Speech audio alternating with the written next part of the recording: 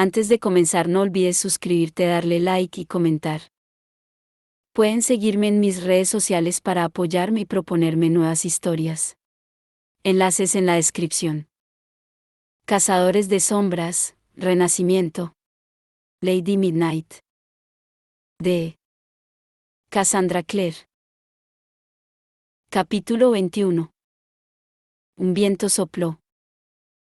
El cielo fuera del instituto se había vuelto del color de lo que era o muy tarde por la noche o muy temprano por la mañana, dependiendo del punto de vista. Siempre le había recordado a Julian el color del papel de celofán azul o de las acuarelas, el intenso azul de finales de la noche vuelto translúcido por la inminente llegada del sol.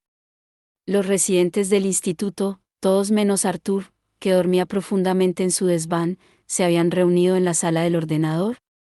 Tai había llevado papeles y libros de la biblioteca, y los otros los estaban mirando.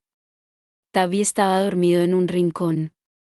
Montones de cajas vacías de pizzas de Nitzai se apilaban sobre la mesa. Emma no recordaba haberlas recibido, pero se habían comido la mayoría. Mark estaba muy ocupado mirando fijamente a Cristina y a Diego, aunque este último no parecía darse cuenta. Y tampoco parecía haberse dado cuenta de que Drusilla lo miraba con ojos como platos. No parecía darse cuenta de muchas cosas, pensó Julian sin piedad. Quizás ser ridículamente guapo ocupaba más tiempo del que pensaba. Emma acababa de contarles la historia de cómo Cristina y ella habían seguido a Sterling y todo lo que éste les había explicado en el coche de camino a casa. Tai tomaba notas con un lápiz, y tenía otro de repuesto metido tras la oreja. El negro cabello alborotado se le había quedado de punta, como el de un gato asustado. Julian recordaba cuando Tai tenía la edad en que todavía él podía ir y alisárselo con la mano si se le alborotaba demasiado. Sintió una punzada de dolor por dentro ante ese recuerdo. Bien, dijo Tai, volviéndose hacia Diego y Cristina, que estaban sentados juntos. ¿Así que eres un centurión? Cristina iba descalza, con una de las perneras arremangada y la pantorrilla vendada. De vez en cuando le lanzaba a Diego una mirada de reojo que era medio suspicaz, medio aliviada, ¿de que él la hubiera ayudado? ¿De que estuviera allí? Julian no estaba seguro. He estudiado en el Escolamántico, contestó Diego. Fui el aspirante más joven en convertirse en centurión. Todos parecieron impresionados excepto Mark. Incluso Tai. Eso es como ser detective, ¿verdad? Preguntó. ¿Investigas para la clave? Esa es una de las cosas que hacemos, respondió Diego. No estamos ligados por la ley que impide a los cazadores de sombras involucrarse en asuntos relativos a las hadas. La clave puede hacer una excepción con cualquier cazador de sombras, si el caso lo requiere, dijo Julian. ¿Por qué le dijeron a Diana que no podíamos investigar? ¿Por qué te han enviado? Se consideró que tu familia, por su conexión con los seres mágicos, no sería capaz de investigar objetivamente una serie de asesinatos de los que varias víctimas son hadas. Eso es totalmente ridículo, exclamó Mark con la mirada ardiente. Lo es. Diego observó a su alrededor. Por lo que he oído y visto, parece que habéis organizado una investigación secreta de ese asunto sin decirle nada a la clave. Habéis recogido pruebas que no compartís. Habéis descubierto un culto asesino que opera en secreto. Haces que todo suene muy turbio, repuso Emma. Por ahora, lo único que tú has hecho es aparecer en Los Ángeles y dispararle a otro cazador de sombras. Diego miró a Julian. Estoy casi curado, le aseguró Jules. Casi. Apuesto a que no has informado de eso al Escolamántico, continuó Emma. ¿No es así, Diego el Perfecto? No he informado al Escolamántico de nada, contestó este. No desde que descubrí que Cristina también estaba involucrada. Nunca le haría daño. Cristina se sonrojó con violencia. ¿Eres un centurión?, dijo Tai. ¿Has hecho votos? Los votos de amistad y amor son más fuertes, repuso Diego. Drusilla lo miró como con corazoncitos dibujados en los ojos. Eso es muy bonito. Mark puso los ojos en blanco. Sin duda, él no era miembro de la Sociedad de Agradecimiento a Diego el Perfecto. Muy emotivo, soltó Emma. Y ahora, habla. ¿Qué es lo que sabes? Julian la miró. Parecía Emma, la Emma de siempre, aguda, dispuesta, dura y normal. Incluso le sonrió rápidamente antes de volver su atención de nuevo hacia Diego. Julian escuchó, y una mitad de su cerebro fue registrando la historia de Diego, la otra mitad estaba sumida en el caos. Durante los últimos 5 años había estado avanzando por una estrecha pasarela de roca que caía a ambos lados hacia un caldero hirviente. Había conseguido mantener el equilibrio guardando secretos. Mark lo había perdonado. Pero no solo le había mentido a Mark. Mentir al Parabatay no es que estuviera prohibido, pero la mayoría no lo hacían. Ni necesitaban ni querían ocultarse cosas. Que le hubiera ocultado tantas cosas a Emma debía de haberla impresionado. La miró disimuladamente, intentando captar señales de alteración o enfado. Pero no pudo ver nada, el rostro de Emma era enloquecedoramente inescrutable mientras escuchaba la historia de Diego. Cuando éste les explicó que había ido al instituto al llegar a Los Ángeles y que el tío Arthur lo había echado, diciéndole que no quería que nadie que no fuera Blackthorne interfiriera en los asuntos de esa familia, Libby alzó una mano para preguntar. ¿Y por qué iba a hacer eso?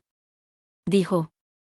Al tío Arthur no le gustan los desconocidos, pero no miente. Emma apartó la vista de ella. Julian notó que se le hacía un nudo en el estómago. Sus secretos seguían siendo una carga. Muchos cazadores de sombras de esa generación no confían en los centuriones.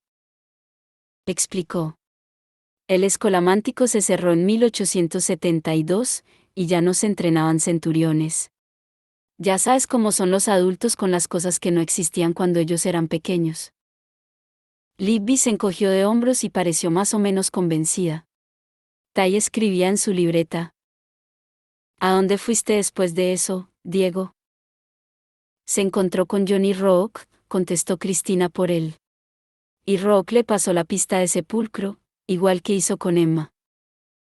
Fui allí inmediatamente, explicó Diego. Llevaba días esperando en los callejones detrás del bar. Sus ojos se detuvieron en Cristina. Julian se preguntó, con una especie de distante cinismo, si sería tan evidente para todos como lo era para el que Diego había hecho todo aquello por Cristina, que si no hubiera estado sufriendo por su bienestar, no era probable que hubiera corrido a sepulcro y se hubiera pasado días allí para ver qué pasaba. Y entonces oí gritar a una chica. Emma se irguió en el asiento. Nosotros no lo oímos. Creo que fue antes de que llegarais, puntualizó Diego. Seguí el ruido y vi a un grupo de seguidores, aunque en aquel momento aún no sabía quiénes eran. Belinda estaba entre ellos, y estaban atacando a una chica. La abofeteaban, le escupían. Había círculos protectores dibujados con tiza en el suelo. Vi ese símbolo, las líneas de agua bajo el signo del fuego. Lo había visto en el mercado. Un símbolo muy antiguo, del Renacimiento. Renacimiento, repitió Tai. ¿Nigromancia? Diego asintió. Hice huir a los seguidores, pero la chica escapó. ¿Esperaba? Aventuró Emma. Sí. Me vio y salió corriendo. La seguí hasta su casa y conseguí que me explicara todo lo que sabía sobre el Midnight Theater, los seguidores y la lotería. No era mucho, pero me enteré de que la lotería la había elegido. Que ella había matado a Stanley Wells, sabiendo que si no lo hacía, la torturarían y la matarían a ella. ¿Te lo contó todo? Preguntó Libby asombrada. Pero a un jurado secreto. Él se encogió de hombros. No sé por qué decidió confiar en mí. ¿De verdad, tío? Soltó Emma. ¿Es que no tienes espejos en tu casa? Emma, exclamó Cristina. Lo había asesinado unos días antes. Estaba destrozada por la culpa. Había ido al callejón porque quería ver su cuerpo. Dijo una cosa rara sobre los círculos de tiza, que eran inútiles, que estaban para despistar. Muy poco de lo que me contó tenía sentido. Frunció el cejo. Le prometí que la protegería. Dormí en su porche. Al día siguiente me exigió que me fuera. Dijo que quería estar con el guardián y los otros seguidores, que ese era su lugar. Insistió en que me fuera, y obedecí. Regresé al mercado y le compré armas a Johnny Rock. Cuando volví a casa de Ava esa noche, ya estaba muerta. La habían estrangulado y luego ahogado en la piscina, después de cortarle la mano. No entiendo lo que pasa con las manos, dijo Emma. A Ava le faltaba una mano y la habían matado, a Belinda le falta una mano, pero la han dejado vivir, y ella le cortó las dos a Sterling después de muerto. Quizás sean una prueba para demostrarle al guardián que alguien está muerto, sugirió Libby. Como el cazador que regresa con el corazón de Blancanieves en una caja. O tal vez formen parte del hechizo, aportó Diego ceñudo. A Ava y a Belinda les faltaba la mano dominante, quizá Belinda no supiera cuál era la de Sterling, así que se llevó las dos. ¿Un trozo del asesino para acompañar el sacrificio?, preguntó Julian. Vamos a tener que profundizar más en la sección de nigromancia de la biblioteca. Sí, asintió Diego. Ojalá hubiera tenido acceso a vuestra biblioteca después de encontrar muerta a Ava. Había fallado en mi obligación de proteger a una mundana que necesitaba ayuda. Juré que encontraría a quien lo hubiera hecho. Me quedé en el tejado, esperando. Sí, y ya sabemos lo que pasó después, lo interrumpió Julian. Lo recordaré cada vez que tenga un pinchazo en el costado durante el invierno. Diego bajó la cabeza. Lo siento muchísimo. Quiero saber qué pasó luego, dijo Tai, que seguía escribiendo con su letra elegante e incomprensible. Julian siempre había pensado que parecía como pisadas de gato bailando por la página. Los largos y delgados dedos de Tai ya estaban manchados con carbonilla del lápiz. ¿Descubriste que Sterling había sido el siguiente elegido y lo seguiste? Sí, contestó Diego. Y vi que estabais tratando de protegerlo. No entendía por qué. Lo siento, pero después de lo que Arthur me había dicho, sospechaba de todos vosotros. Sabía que os debía delatar a la clave, pero no podía hacerlo. Miró a Cristina, y luego apartó la mirada. Esta noche estaba fuera del bar, esperando poder detener a Sterling, pero admito que también me interesaba vuestro lado de la historia. Ahora ya lo conozco. Me alegro de haberme equivocado en lo referente a vuestra participación. Claro que te alegras, masculló Mark. Diego se recostó en el asiento. Así que quizá podríais contarme qué sabéis vosotros. Sería lo justo. Julian se sintió aliviado cuando Mark comenzó a ocuparse del resumen.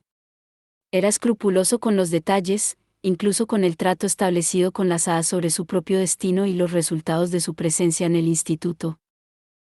Sangre Blackthorn, repitió Diego, pensativo, cuando Mark acabó. Muy interesante. Debería haber supuesto que los Carstairs serían más importantes para esos hechizos, dadas las muertes de hace 5 años. ¿Te refieres a los padres de Emma?, dijo Julian. Lo recordó, con sus ojos risueños y su cariño por Emma. Para él nunca podrían ser simplemente las muertes. Con el rabillo del ojo vio a Tabby bajarse del sillón en el que había estado durmiendo, luego, en silencio, fue hacia la puerta y salió de la estancia. Debía de estar agotado, y seguramente había estado esperando que Julian lo llevara a la cama. Julian sintió una punzada de dolor por su hermano pequeño, tan a menudo atrapado en salas llenas de gente mayor que él hablando de sangre y muertos. Sí, repuso Diego. Una de las cosas que me chocan es que a ellos los mataron hace 5 años y luego no ha habido más asesinatos hasta este año. ¿Por qué ese lapso de tiempo? Se nos ocurrió que quizá lo requiriera el hechizo, contestó Libby en un bostezo. Parecía exhausta, con marcadas ojeras. Todos estaban agotados. Y otra cosa, en el coche, Sterling dijo que no importaba qué clase de criatura mataran, humano o hada. Incluso Nefilim, si contamos el asesinato de los Carstairs.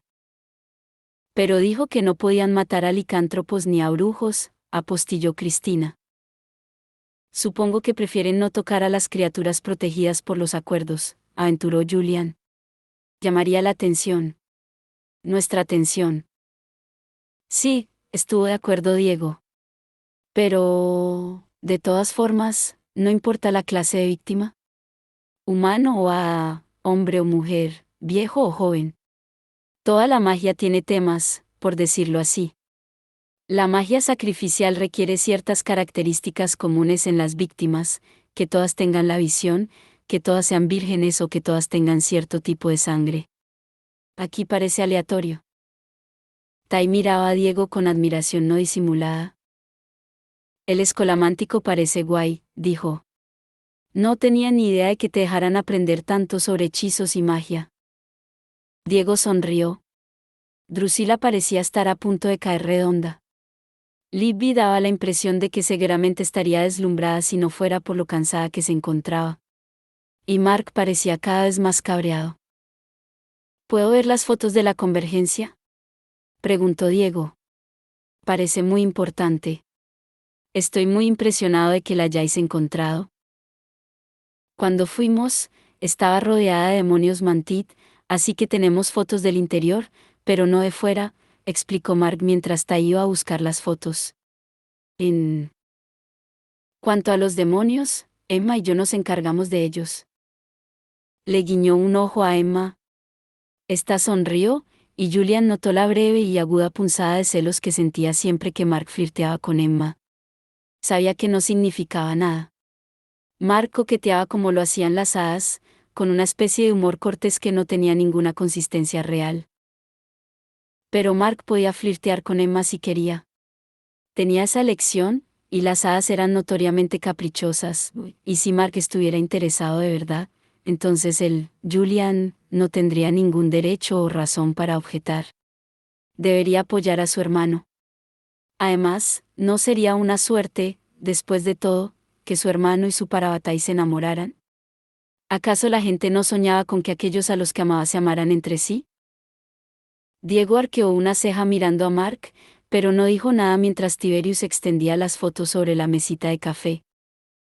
Es magia de energía, dijo Tai. Eso lo sabemos. Sí, repuso Diego.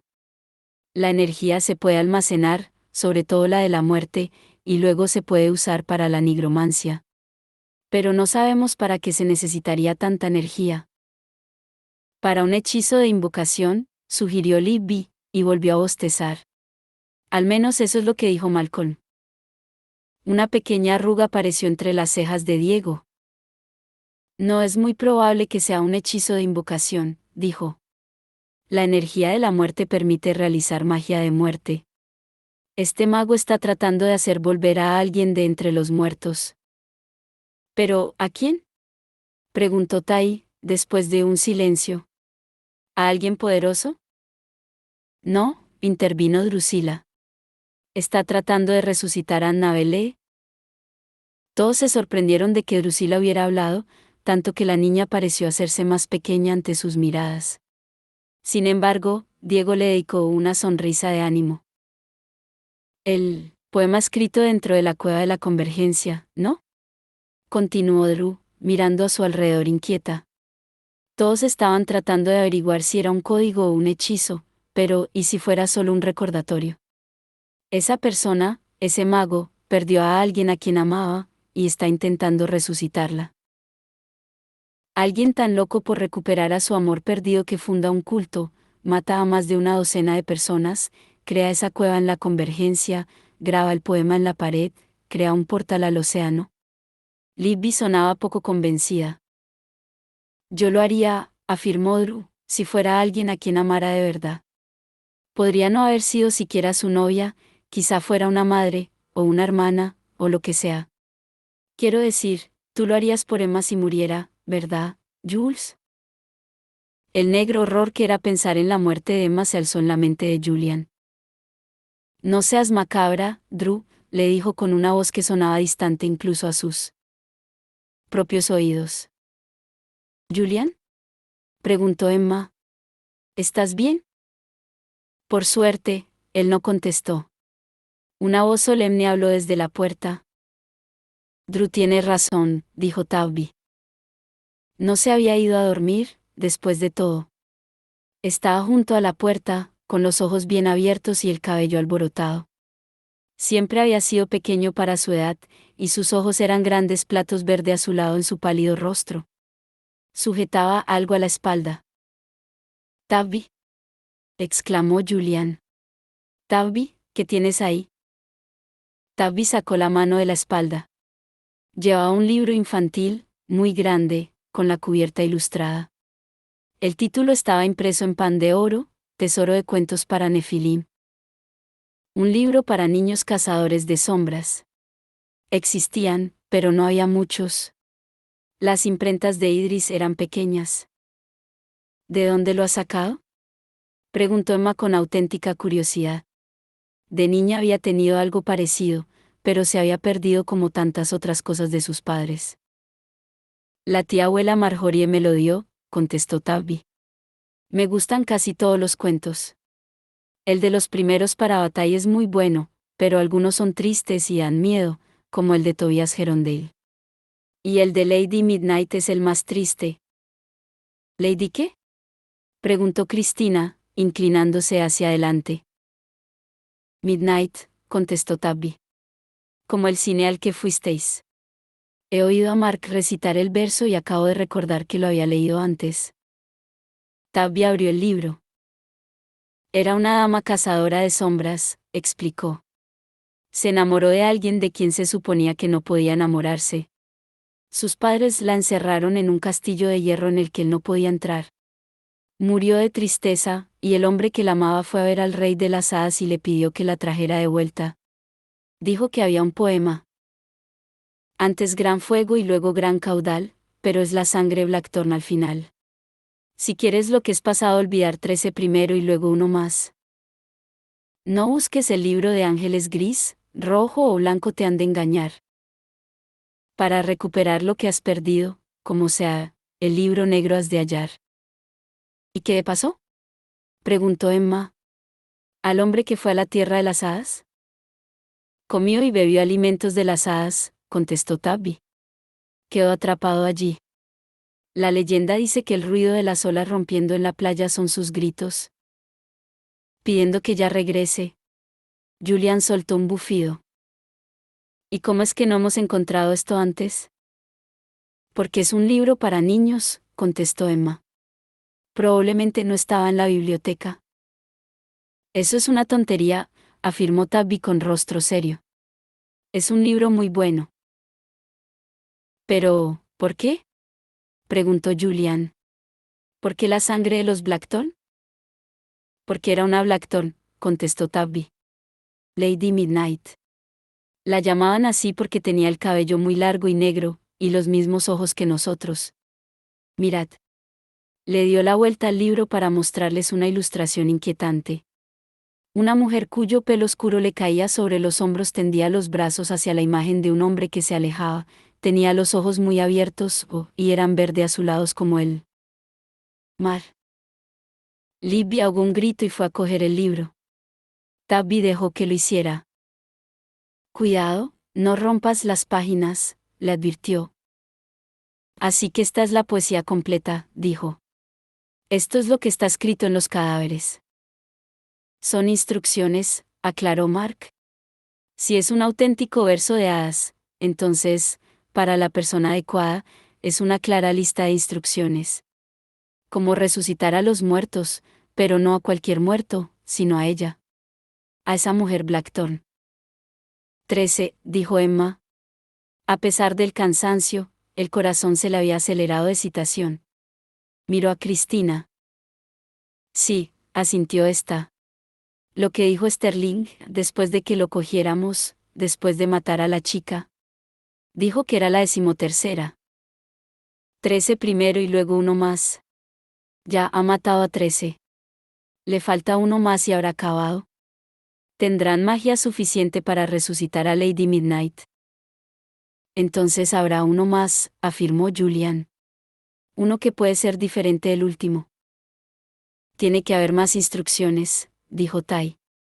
Nadie podría saber exactamente cómo completar este hechizo solo con este verso. Miró a su alrededor, con un destello de incerteza en sus ojos grises. Era una mirada que tenía pocas veces, solo en algunas ocasiones, cuando pensaba que había algo en el mundo que todos entendían menos él. ¿O sí? No, contestó Mark con firmeza. Pero el verso te dice dónde debes buscar el resto de las instrucciones. No busques el libro de ángeles gris, la respuesta no está en el libro gris. Ni en el libro del blanco ni en los textos rojos. Está en el libro negro de los muertos, concluyó Diego. He oído hablar de ese libro en el escolamántico. ¿Qué es? Preguntó Emma. ¿Existen copias? ¿Es algo que podamos conseguir? Diego negó con la cabeza. Es un libro de magia muy negra. Casi legendario. Incluso les está prohibido a los brujos poseerlo. Si hay copias, no sé dónde estarán. Pero deberíamos tratar de averiguarlo mañana. Sí, repuso Libby con la voz cargada de sueño. Mañana. ¿Tienes que irte a la cama, Libby? Preguntó Julian. Era una pregunta retórica, Libby se estaba cayendo como un diente de león marchito. Al oírlo, se obligó a sentarse muy erguida. No, estoy bien, puedo seguir levantada. El rostro de Tai cambió sutilmente mientras miraba a su hermana melliza. Estoy agotado, dijo. Creo que todos deberíamos acostarnos. Por la mañana podremos concentrarnos mejor. Julian dudaba de que Tai estuviera cansado. Cuando estaba enfrascado en un acertijo podía mantenerse días seguidos despierto. Pero Livia sintió agradecida. Tienes razón, dijo. Bajó de la silla en la que estaba sentada, cogió a Tabby en brazos y le devolvió el libro. Vamos. Tú sí que tendrías que estar en la cama. Os he ayudado, ¿verdad? Preguntó Tabby mientras su hermana lo llevaba hacia la puerta. Miraba a Julian al decirlo, y este se acordó de sí mismo de niño, mirando a Andrew Blackthorne de la misma manera. Un niño mirando a su padre, buscando su aprobación. No solo nos has ayudado, contestó Julian. Creo que lo has resuelto, Tabby. Sí, dijo Tabby soñoliento, y apoyó la cabeza en el hombro de Libby. Los otros no tardaron en seguir a Tai y a Libby a la cama, pero Emma no podía dormir. Así que se encontró sentada en los escalones delante del instituto antes de que saliera el sol. Llevaba chanclas, una camiseta de tirantes y los pantalones del pijama. Del océano subía un aire fresco, pero ella no lo notaba. Estaba con los ojos clavados en el agua. Desde todos los ángulos de los escalones se podía ver el océano, de un color negro azulado a primera hora de esa mañana, como tinta, cruzado por crestas de espuma blanca allí donde las olas rompían en medio del mar. La luna se estaba poniendo y proyectaba una sombra irregular sobre el agua. Un amanecer azul y plata. Recordó el frío del océano azul rodeándola. El sabor del agua salada y de la sangre de demonio. La sensación de que el agua la presionaba hacia abajo, aplastándole los huesos.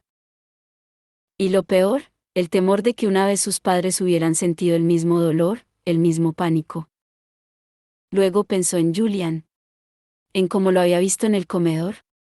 La tensión en la voz mientras les explicaba a Mark y a ella lo que había estado haciendo durante los últimos 5 años. ¿Emma? Se volvió a medias y vio a Diego el Perfecto bajando los escalones. Su aspecto era inmaculado, a pesar de la noche que habían pasado, hasta las botas le relucían. Su cabello castaño oscuro era espeso y le caía de un modo encantador sobre uno de los ojos. Se parecía un poco a un príncipe de cuento de hadas. Emma volvió a pensar en Julian, el pelo revuelto, las uñas mordidas, las botas polvorientas, la pintura manchándole las manos. Hola, Diego el Perfecto, lo saludó. Preferiría que no me llamaras así. Sería en vano, repuso Emma. ¿A dónde vas? Está bien, Cristina. Está durmiendo. Diego el Perfecto miró hacia el océano. Es muy bonito todo esto. Debes de encontrarlo relajante. Y tú debes de estar de broma. Él le lanzó una sonrisa bastante perfecta. Cuando no hay asesinatos ni lo rodean pequeños ejércitos. ¿A dónde vas? Le preguntó Emma de nuevo.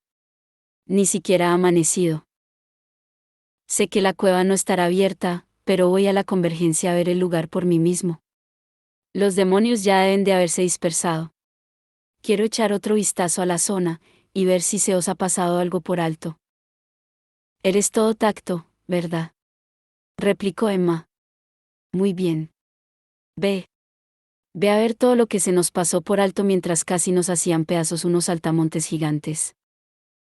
Técnicamente, los mantid no son saltamontes. Emma le lanzó una mirada asesina. Diego se encogió de hombros y bajó saltando hasta el pie de la escalera. Se detuvo allí y volvió la cabeza para mirarla. ¿Hay alguien más de la clave que esté al corriente de vuestra investigación? Preguntó. ¿Alguien que no sea de la familia? Solo Diana. Diana es vuestra instructora. Cuando Emma sintió, él frunció el cejo. A Jace Gerondale y a los Lightwood no los traicionó su propio instructor. Ella nunca nos traicionaría, saltó Emma ofendida. Ni por la clave ni por nadie. Halle Starkweather era diferente. ¿Diferente en qué? Starkweather no era Diana. Era un esbirro de Valentine. Diana es una buena persona. ¿Y dónde está ahora? Preguntó Diego. Me gustaría conocerla. Emma vaciló. Está en Tailandia, dijo una voz a su espalda. Julian. Se había puesto una chaqueta militar con capucha sobre unos vaqueros y una camiseta de manga corta. Hay una bruja allí a la que quería preguntarle sobre los hechizos de energía. Alguien. A quien conoció cuando era más joven. Permaneció en silencio un momento. ¿Podemos confiar en ella? Diego asintió con la cabeza. No pretendía insinuar otra cosa. Julian se apoyó en uno de los pilares, y Emma y él observaron a Diego alejarse por la hierba pisoteada y dirigirse hacia la carretera. La luna había desaparecido totalmente y el cielo comenzaba a pintarse de color rosa por el este. ¿Qué estás haciendo aquí fuera? Le preguntó Julian finalmente, a media voz. No podía dormir, respondió Emma. Julian tenía la cabeza echada hacia atrás, como si se estuviera bañando en la tenue luz del amanecer. La extraña luz lo transformaba en otra persona, en alguien hecho de mármol y plata, alguien cuyos rizos de brea se le pegaban a las sienes y al cuello como las hojas de acanto del arte griego. No era perfecto como Diego, pero para Emma no había habido nunca nadie más hermoso. Acabaremos teniendo que hablar, dijo ella. Lo sé. Julian se miró las largas piernas, los desgastados bajos de los vaqueros, las botas. Esperaba. Supongo que esperaba que nunca ocurriera, o que al menos ya fuéramos adultos cuando pasara. Pues hablemos como adultos. ¿Por qué no me lo dijiste antes? ¿Crees que me gusta ocultarte cosas? ¿Crees que no quería explicártelo? Si querías, podrías haberlo hecho. No, no podía, replicó en un tono de callada desesperación. ¿No confiabas en mí? ¿Creías que te iba a denunciar? Julian negó con la cabeza. No era eso. Ya había suficiente luz sobre el paisaje para que el color de sus ojos fuera visible. Eran como agua iluminada artificialmente. Emma pensó en la noche en que había muerto la madre de Julian. Estaba enferma, y los hermanos silenciosos la habían cuidado hasta el final. Había algunas enfermedades que ni siquiera la magia de los Nefilim podía curar. Tenía cáncer de huesos, y eso la había matado. Andrew Blackthorne, recién enviudado, estaba demasiado destrozado para ser él quien acudiera al lado de Tabby cuando el bebé lloraba por la noche. Ellen fue quien se ocupó de él, calentaba los biberones, le cambiaba los pañales, lo vestía. Cuando Mark y Ellen se entrenaban, Julian se quedaba en la habitación de Tabby y dibujaba o pintaba mientras lo vigilaba. Emma también lo acompañaba algunas veces, y jugaban como lo hacían normalmente, con el bebé gorjeando en su cuna unos cuantos pasos. Entonces a Emma no le había parecido nada especial. Como Julian, solo tenía 10 años. Pero lo recordó en ese momento. Recuerdo cuando murió tu madre, dijo, y te ocupabas de Tabby durante el día. Te pregunté por qué, y me acuerdo perfectamente de lo que me respondiste. ¿Y tú? Dije que lo hacía porque nadie más podía hacerse cargo, contestó Julian, mirándola burlón. Mark y Ellen tenían que entrenar. Mi padre estaba. Bueno, ya sabes cómo estaba. Todo lo que has hecho es porque nadie más quería o podía hacerlo. Si no hubieses encubierto a Arthur, a nadie más se le habría ocurrido hacerlo. Si no hubieras estado tan decidido a mantenerlo todo a flote, nadie más lo habría hecho. Quizá empezó entonces, cuando te ocupaste de Tabby. Tal vez eso te diera la idea. Julian suspiró. Quizá. Ni yo mismo lo sé muy bien. Sigo pensando que ojalá me lo hubieras dicho. Sé que creías que estaba siendo generoso. No, la interrumpió él. Emma lo miró sorprendida. Lo hice por razones totalmente egoístas, replicó. Tú eras mi válvula de escape, Emma, eras mi manera de olvidarme de todo lo terrible. Cuando estaba contigo, era feliz. Emma se puso en pie. Pero no pueden haber sido los únicos momentos en que eras feliz. Claro que soy feliz con mi familia, repuso él. Pero soy responsable de ellos. En cambio, tú nunca fuiste responsabilidad mía, somos responsables el uno del otro, eso es lo que significa ser para Bataille. No lo entiendes, Emma, tú eres la única persona que ha querido cuidarme. Entonces te he fallado, dijo ella, y notó una profunda sensación de decepción consigo misma. Debería haber sabido por lo que estabas pasando, y no. Nunca vuelvas a decir eso. Despegó de un brinco la espalda del pilar, el sol naciente, a su espalda, volvía de cobre las puntas de su cabello. Emma no podía ver su expresión, pero sabía que estaba furioso. Se puso en pie. ¿El que debería haberlo sabido? Debería. Que me has fallado, replicó él con pasión. Si supieras. Tú has sido lo único que me ha ayudado a seguir, a veces durante semanas, meses. Incluso cuando estaba en Inglaterra, pensar en ti me ayudaba a seguir adelante.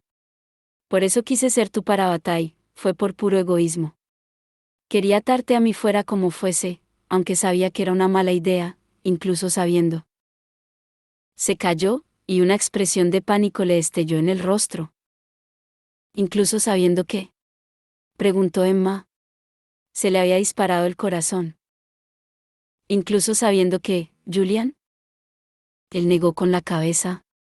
A Emma se le habían escapado unos mechones de la coleta. Y el viento se los sacudía por la cara, dorados al viento.